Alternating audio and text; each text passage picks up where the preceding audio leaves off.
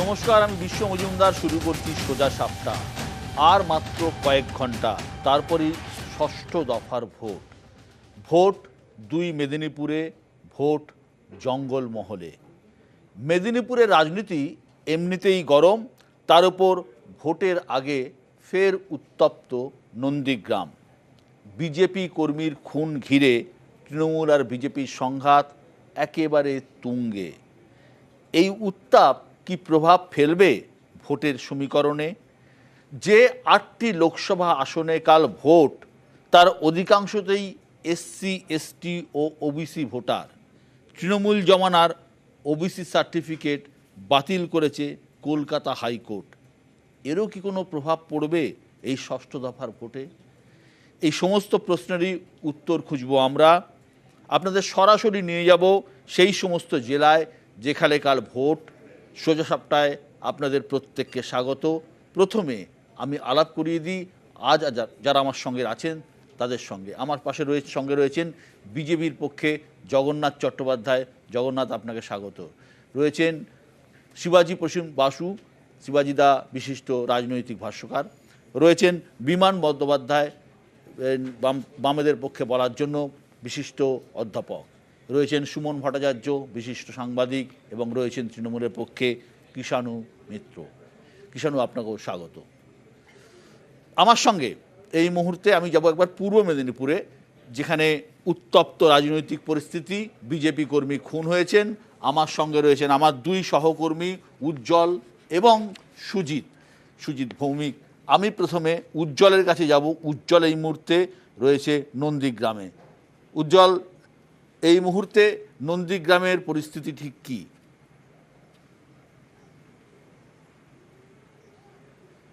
দেখো, নন্দীগ্রামের পরিস্থিতি কিন্তু একদমই থমথমে। আমরা দেখছিলাম সকাল থেকে, অর্থাৎ কাল রাত থেকেও কিন্তু বিভিন্ন জায়গাতে সংঘর্ষ হয়েছে।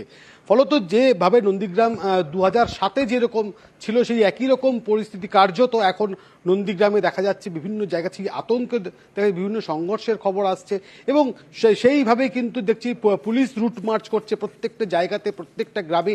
এখন থমথমে পরিস্থিতি, খুবই উত্তেজনা রয়েছে এবং রাত পোহালেই ভোট।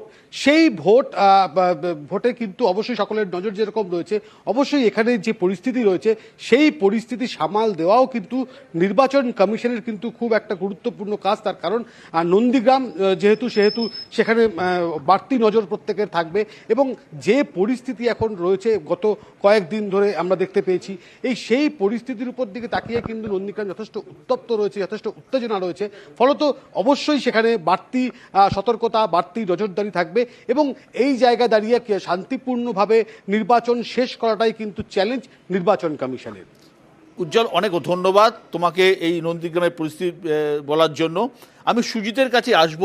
সুজিত, এই যে তুমি পূর্ব মেদিনীপুরে দীর্ঘদিন সাংবাদিকতা করছো, এই যে 2টি কেন্দ্রে ভোট হচ্ছে, তমলুক এবং কাঁথি। আমি প্রথমে কাঁথিতে আসি। এই কাঁথি কেন্দ্র ধরে রাখা অধিকারীদের কাছে একটা বড় চ্যালেঞ্জ, কারণ দীর্ঘদিন ধরে অধিকারী পরিবারের কেউ না কেউ এই কাঁথি কেন্দ্র থেকে সাংসদ হয়েছেন বা ওই এলাকার বিধায়ক হয়েছেন। এই কাঁথি এবার কতটা ফাইট দিচ্ছেন তৃণমূলের উত্তম বারিক, বা কাঁথির পরিস্থিতি কি হতে পারে বলে তোমার মনে হয়? তমলুকটা আমি পরে আসবো, আমি কাঁথি প্রথমে জানতে চাইব। বিশ্বদা, যে প্রশ্ন সেই প্রশ্ন কিন্তু ঘোরাফেরা করছে সর্বত্র। তুমি যেটা বললে যে লাস্ট প্রায় 15 বছর, 1.5 দশক ধরে শিশির অধিকারী যে কেন্দ্রের সাংসদ থেকেছেন, সেই কেন্দ্রে তার ছোট ছেলে যখন প্রার্থী, যেখানে লড়াইটা আসলে যতটা না বিজেপি বনাম তৃণমূল, তার থেকে অধিকারী পরিবার বা আরও একটু এগিয়ে শুভেন্দু অধিকারী বনাম তৃণমূল যেন হচ্ছে। কারণ প্রেস্টিজের এই লড়াইয়ে শুভেন্দু কি তার ছোট ভাইকে জেতাতে পারবে, বিজেপিকে কি জেতাতে পারবে, এটাও যেমন প্রশ্ন। এবং তোমার প্রশ্ন দিয়ে বলি যে 3বার শুধু অধিকারী পরিবারের সদস্য, বড় সদস্য শিশির অধিকারী সাংসদ থাকেননি। তিনি অধিকারী পরিবার না চাইলে কখনো নীতিশ কুমার হেরেছে, চাইলে নীতিশ কুমার জিতেছে, এটা বলে রাজনৈতিক মহল। কারণ সবাই প্রায় জানে। সেক্ষেত্রে তাহলে দাপটটা কার? না তাদেরই। হ্যাঁ, সেখানে একেবারে ঠিক। সেখানে তারা চায়নি, ঘোল ঢেলেছে মাথায়, হেরে গেছে। আবার চেয়েছেন, আবার নীতিশ সেনগুপ্ত জিতেছেন। এহেন কেন্দ্রে দেখা গেল কি 9 থেকে 24 তিনি শিশির অধিকারী সাংসদ।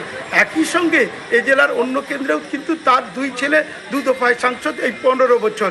অর্থাৎ তাদের যে প্রভাব রয়েছে সেটা স্বাভাবিক, কারণ তৃণমূল ডিপেন্ড করতো এই অধিকারী পরিবার শুভেন্দু শিশিরের উপর। সেখানে কিনা তাদের দল ছাড়ার পর স্বাভাবিক একটা ট্রাবল হয়েছে, এবং সেই হিসেব কিন্তু শেষ 21-এর ভোটে দেখাও গেছে যে তুল্যমূল্য লড়াই হচ্ছে। কিন্তু লোকসভা ভোট আর তোমার প্রশ্ন যেখানে কিনা কাঁথি নিয়ে, সেখানে কিন্তু খুব বড় প্রশ্ন সামনে আসছে। এখানে কিন্তু প্রায় 40,000 ভোট এগিয়ে থেকেছে 21-এর ভোটের হিসেবে। তখন কোনো পঞ্চায়েত সদস্যরা কিন্তু সেরকম বিজেপি ছিল না। এই পঞ্চায়েত ভোটে কিন্তু কিছু পঞ্চায়েতের ক্ষমতায় এসছে, ব্লকের ক্ষমতায় এসছে বিজেপি। তারপর ছোট সদস্যের প্রার্থী হওয়ার পর 4 জনকেই দেখতে পাচ্ছি ঝাঁপিয়ে পড়েছে, এবং সেখানে মানে আক্ষরিক অর্থেই সুজিত, আক্ষরিক অর্থেই এই কাঁথি অধিকারীদের কাছে নিজেদের অস্তিত্ব রক্ষার লড়াই। শিশির বাবুর যা বয়স, তার পক্ষেও তিনি নিজেও প্রচারে নেমেছেন, তার কাছেও একটা মর্যাদার লড়াই, শুভেন্দুর কাছে তো বটেই। সুতরাং কাঁথি এবং কিছুটা তমলুক হলেও অধিকারী বনাম তৃণমূল একটা ইন্টারেস্টিং জায়গায় যাচ্ছে। আমি একবার দেখে নেব গোটা পূর্ব মেদিনীপুরের ভোট চিত্র কী ছিল 2019-এর লোকসভা ভোটে। যদিও তখন অধিকারীরা মমতা বন্দ্যোপাধ্যায় তৃণমূলের সঙ্গে ছিল, কিন্তু কাঁথি এবং তমলুক দুটি কেন্দ্রেই ঘাসফুল ফুটেছিল।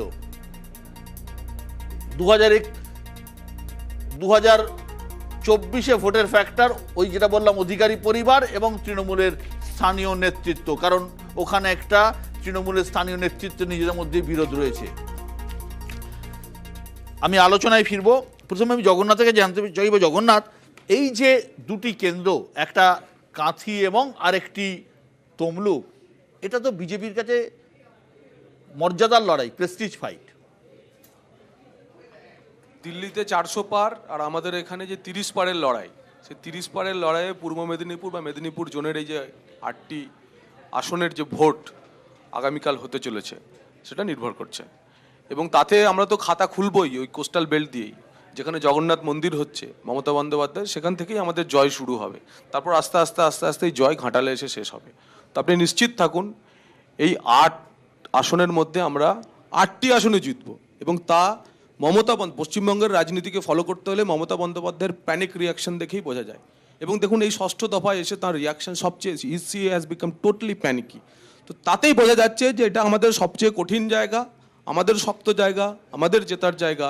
এবং সেখানে ভারতীয় জনতা পার্টির সংগঠন, আমাদের ডেডিকেটেড কার্যকর্তা, আর তার সঙ্গে শুভেন্দু অধিকারীর মতো নেতৃত্ব, দুটোর যুগপথ মিলন এখানে হয়েছে। তার ফলে এখানে কারোর কোনো জায়গা নেই, এই 8টিতে আমরা 8টি জিতছি। কৃষাণ, এই 6ষ্ঠ দফা ভোট যে হতে যাচ্ছে যেসব জায়গাতে, অর্থাৎ এই 8টি আসনে, এটা আক্ষরিক অর্থেই বিজেপির গড়, যেটা বিজেপির প্রতিনিধি বললেন। পূর্ব মেদিনীপুরে যে দুটি আসন আমরা দেখালাম বা আমরা সকলেই জানি, এখানে অধিকারীদের একটা ভূমিকা ছিল। এটা বাদ দিলে ঘাটাল একমাত্র তৃণমূলের সঙ্গে ছিল।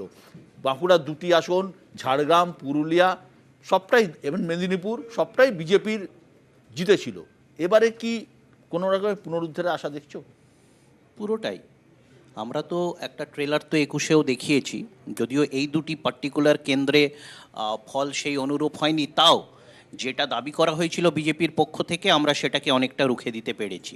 তারপরে শুভেন্দু অধিকারী জেতাটা কিভাবে সেটা তো আমরা সকলেই জানি, সেটা নতুন করে বলার কিছু নয়। লোডশেডিং করে জেতা, প্রথমে বিজয় ঘোষিত হয়ে গেছিলেন নেত্রী, তারপরে পুনরায় এই বিষয়। এখন বিষয়টা হচ্ছে যে এত কনফিডেন্স যদি থাকে, এত যদি ব্যাকিং থাকে, এত কিছু, তারপরে ভোটের 48 ঘন্টা আগে নিজেদের দলীয় কোন্দলে একটা মৃত্যুকে শিখণ্ডী খাড়া করে এলাকা কেন অশান্ত করা হচ্ছে। এবং এখানে আপনাদের প্রতিনিধি বললেন যে সংঘর্ষ হচ্ছে। আমি বলে রাখি, কোনো মানে একটা দলের সাথে আরেকটা দলের কোনো সংঘর্ষ নেই। যা হচ্ছে একতরফা বিজেপির হুলিগানসরা করছেন, বিজেপির লোকেরা করছে। আমাদের কাছে ভিডিও আছে, এলাকায় এলাকায় যেখানে আমরা 2021-এ এগিয়েছিলাম সেই সব জায়গাতে মাইকিং করা হচ্ছে, বলা হচ্ছে যারা তৃণমূলের ভোটার তারা 25 তারিখ বাড়ি থেকে বেরোবেন। আপনাদের পুলিশ, আমরা তো জানি পুলিশ যখন বিজেপির নেতার কাছ থেকে 35 লাখ ধরলো, ওরই পাশেই তো একই তো জেলা, সেখানে সেই পুলিশ সুপারকে পাল্টে দেওয়া হলো। আমরা জানি তা সত্ত্বেও এই নাকা চেকিংয়ে এখন তো কারি কারি টাকা ঢলা পড়ছে। আজকে কেন হাইকোর্টে ছুটতে হলো? কেন হাইকোর্ট থেকে এই বিধানটা নিতে হলো যে যাদের বাড়ি থেকে টাকা পাওয়া গেছে, যাদের বাড়ি থেকে সব ডকুমেন্টস পাওয়া গেছে, কোনো ব্যবস্থা নেওয়া যাবে না? যদি ব্যাপারটা এত ট্রান্সপারেন্ট হচ্ছে, যদি বুকের পাটা থেকে, কেন হাইকোর্ট থেকে নিজেদের কিছু বন্ধু বিচারপতির কাছ থেকে এইসব ভার্ডিক্ট নেওয়া হচ্ছে কেন? আজকে নির্বাচনের আগে বিভিন্ন রাজ্যতে সিনিয়র নেতৃত্ব, মুখ্যমন্ত্রী, এদেরকে জেলে পাঠানো হচ্ছে। তো তারপরে এরা কি করছে? মুখ্যমন্ত্রীদের জেলে পাঠাচ্ছে, আর এইখানে বিরোধী দলের নেতার আত্মসহায়কের বাড়ি থেকে টাকা ক্যাশ পাওয়া যাচ্ছে, ডকুমেন্টস পাওয়া যাচ্ছে, কিভাবে ভোটকে ইনফ্লুয়েন্স করছে, তারপরে তাকে রক্ষা কবচ দেওয়া হচ্ছে। প্রশ্ন করা যাবে না? ঠিক। বিমানবাবু, আপনারা কি কোনো ফ্যাক্টর হবেন? বামেরা কি কোনো ফ্যাক্টর হবে? দেখুন, আপনি তো একটু আগেই নন্দীগ্রাম দেখালেন। পশ্চিমবঙ্গে সপ্তম বামফ্রন্টের মাইকটা কাছে নিয়ে কথা। পশ্চিমবঙ্গে সপ্তম বামফ্রন্ট, মানে 7 বার জিতে আসার পরে যখন বুদ্ধদেব ভট্টাচার্য বিশেষ করে কৃষিকে ভিত্তি করে যখন শিল্পকে আরও এগিয়ে নিয়ে যাওয়ার কথা ভাবছিলেন, একদিকে সিঙ্গুর আর একদিকে নন্দীগ্রামের কথাও ভাবছিলেন, তখন আপনারা দেখেছেন যে কিভাবে নন্দীগ্রাম অশান্ত হয়েছিল প্রায় 1.5 বছর ধরে।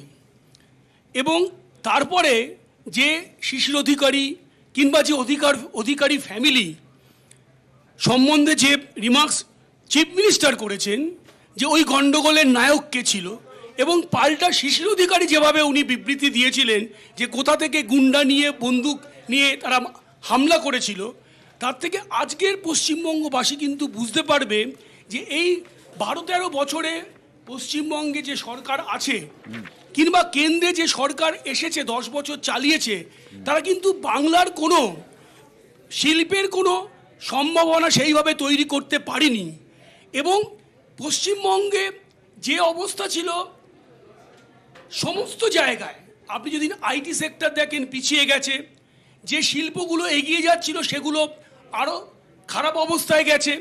ফলে পশ্চিমবঙ্গবাসী এখন মনে করছে যে এই যে চোদ্দের সরকার, আর আরেকদিকে আরেকটা সরকার হয়েছে যে এত এগিয়ে যাওয়া পৃথিবীতে ধর্ম নিয়ে তাকে বলতে হচ্ছে ভোট দাও। কতটা খাদ্যের ব্যবস্থা করেছে, কতটা শিক্ষার ব্যবস্থা করেছে, কিংবা কতটা কর্ম দিয়েছে মানুষকে, সেটা বলছে না। যে প্রতিশ্রুতিগুলো ফলে আমি যেটা বলতে চাইছি, ফলে মানুষের মধ্যে যে স্রোতটা বইছে সেটা এটার বিরুদ্ধে। বাইনারি এখন মানুষ চাইছে তার চাকরি, তাই জন্য ভোট যাবে চাকরির পক্ষে। যদি ভোট ঠিক মতো হয় তাহলে এই ভোট, কারণ কি গন্ডগোল 4-5 দফার পরে কিন্তু 6 দফা, এগুলো খুব ভালো কথা, এগুলো খুব শুনতে ভালো লাগে, কিন্তু ভোট পলিটিক্সে এগুলো কতটা প্রভাব ফেলবে? ভোট পলিটিক্সে আমার সন্দেহ আছে। আপনার সন্দেহ থাকতে পারে, কিন্তু যখনই দেখবেন এইরকম ধরনের নির্বাচন হয়, যখন পাল্টে দেয়, তখন কিন্তু চুপি চুপি পাল্টায় মানুষ। আমার বিশ্বাস পাল্টাবে। সত্যি কিছু